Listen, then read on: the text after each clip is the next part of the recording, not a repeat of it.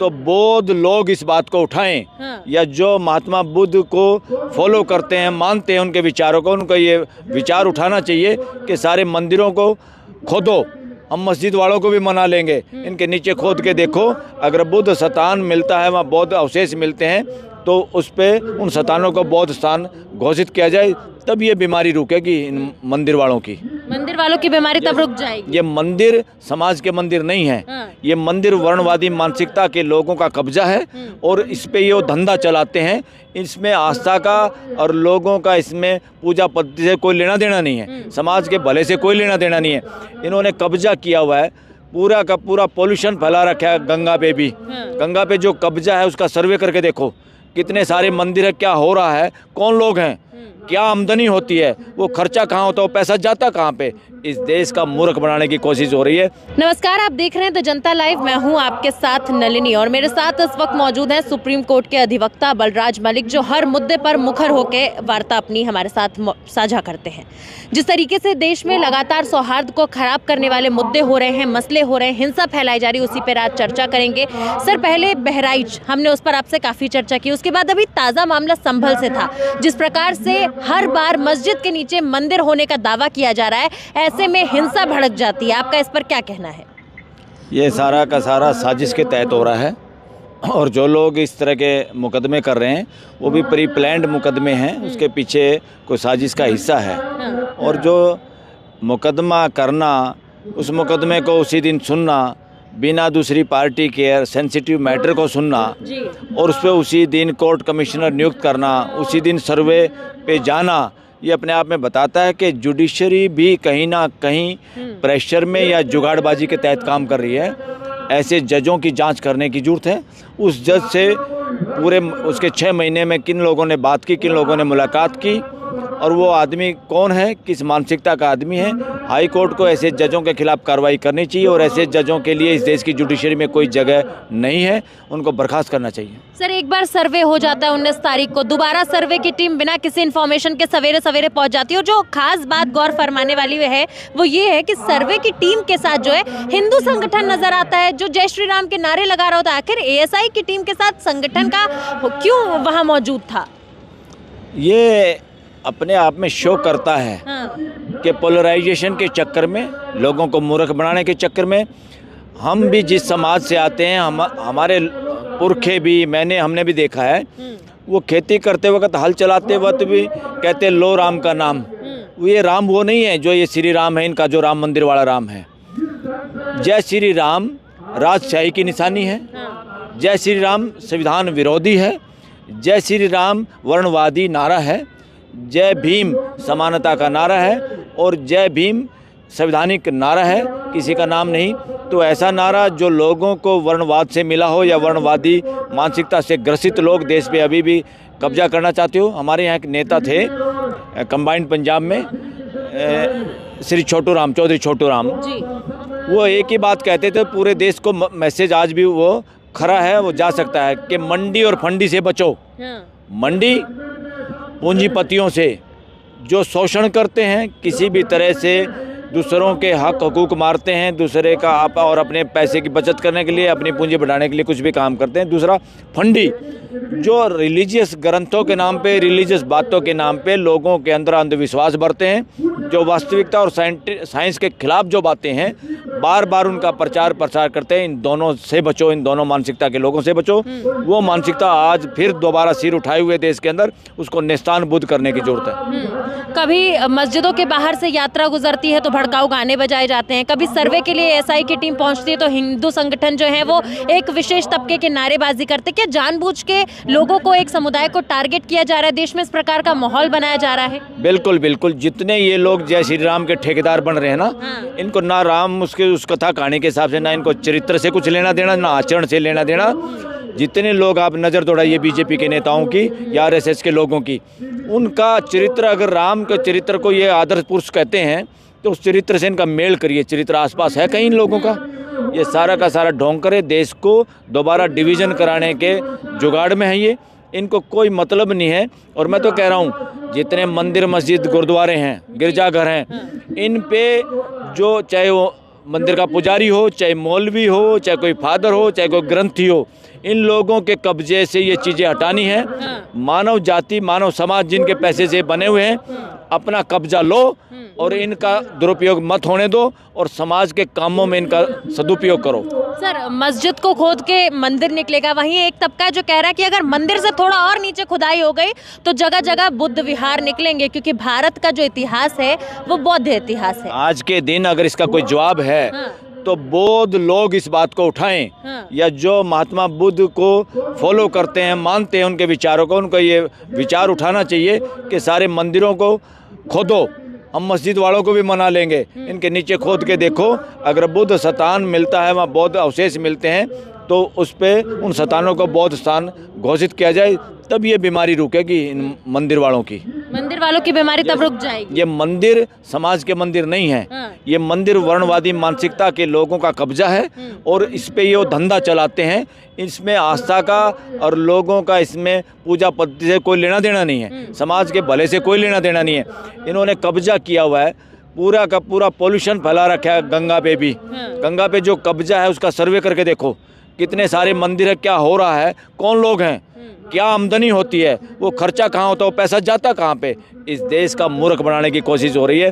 संविधान कहता है साइंटिफिक टेम्पर, लोगों को समझाओ और ढोंग से बचाओ, अंधविश्वास से बचाओ। और ये सारे के सारे जो लोग इस देश के लोगों को अंधविश्वास और ढोंग में डालना चाहते हैं, ये संविधान के खिलाफ है, इनके खिलाफ कार्रवाई होनी चाहिए।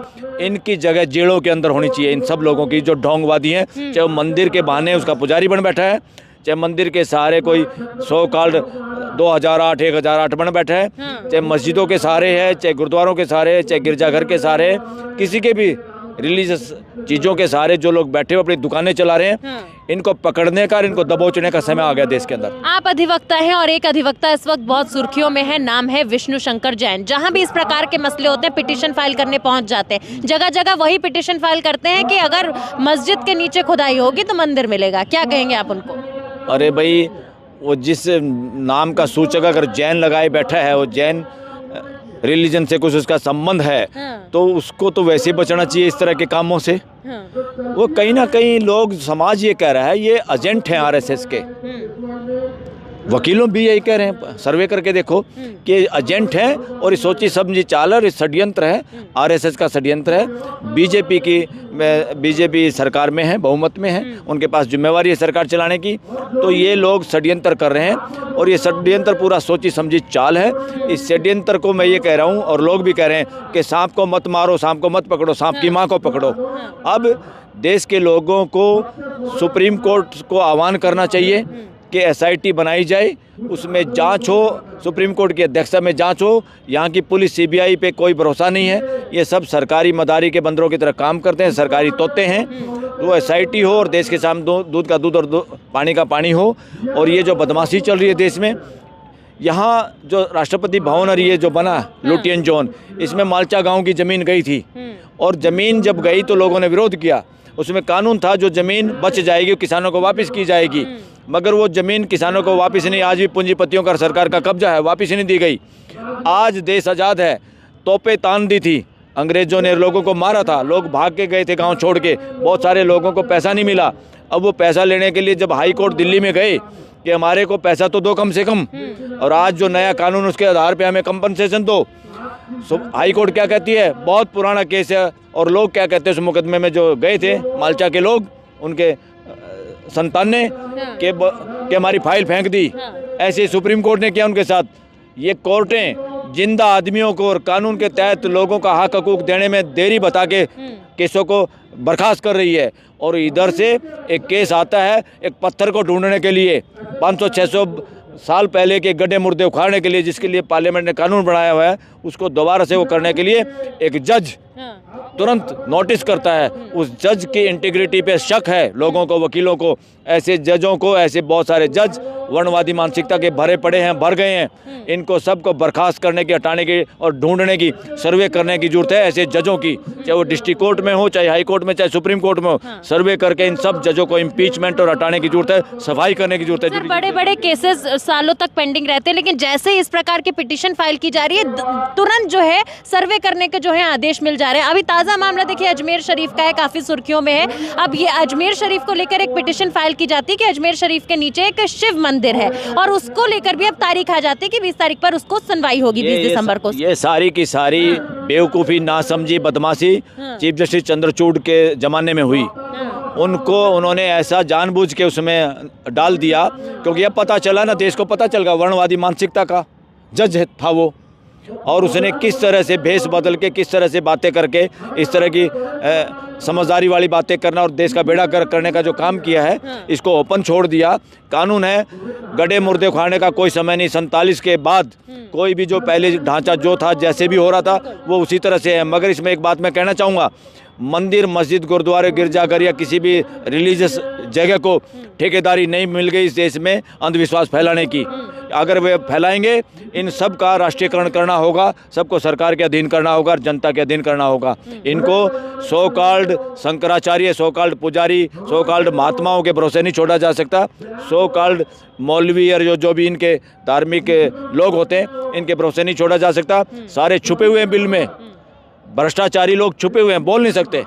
और इसी तरह भ्रष्टाचारी नेता अपोजिशन में भी बहुत हैं, जिनकी वजह से कांग्रेस भी खुल के मैदान में नहीं आई। जब मशीन का मुद्दा उठा हुए थे, जब वो नहीं आए, और सारे अब कह रहे हैं खड़गे जी हम आंदोलन करेंगे। अरे तभी आ जाते आप लोग साथ में। रोजगार पे बात नहीं हो रही है, शिक्षा पे बात नहीं हो रही है। जिस प्रकार से देश में इतने मुद्दे हैं, गरीबी है, महंगाई है, किसी पर बात नहीं हो रही है। अगर देश में इस वक्त सबसे ज्यादा किसी मुद्दे पे बात हो रही है तो जगह जगह ये हो रही है, चिन्हित किया जा रहा है किस मस्जिद के नीचे से हिंदू मंदिर निकलेगा, सर्वे कराए जा रहे हैं। क्या यही मुद्दे अब देश में बात करने के लिए बचे हैं? इसलिए समाज से ये रिक्वेस्ट है, मुसलमान समाज को डरने की जरूरत नहीं है, और बहुजन समाज कंधे से कंधा मिला के मुसलमानों के साथ खड़े हो जाओ और वर्णवादी लोगों को ऐसा इलाज करो इनका, ये दोबारा ये वर्णवादी लोग और इनके वर्णवादी ग्रंथ इस देश में दिखाई ना दे।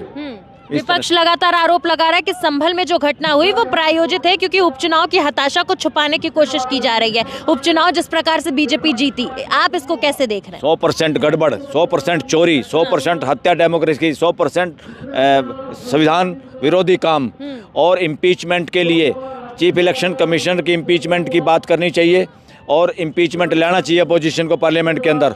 न केवल चीफ इलेक्शन कमिश्नर का, देश के प्राइम मिनिस्टर और के खिलाफ भी अविश्वास प्रस्ताव लेके आना चाहिए, चाहे वो प्रस्ताव गिरे या ना गिरे, ये जिम्मेवारी है। और मैं तो ये कह रहा हूँ, सुप्रीम कोर्ट को कहीं ना कहीं ऐसे जजों के खिलाफ भी तुरंत इम्पीचमेंट लाना चाहिए। भ्रष्टाचार पैसे का बहुत छोटा है।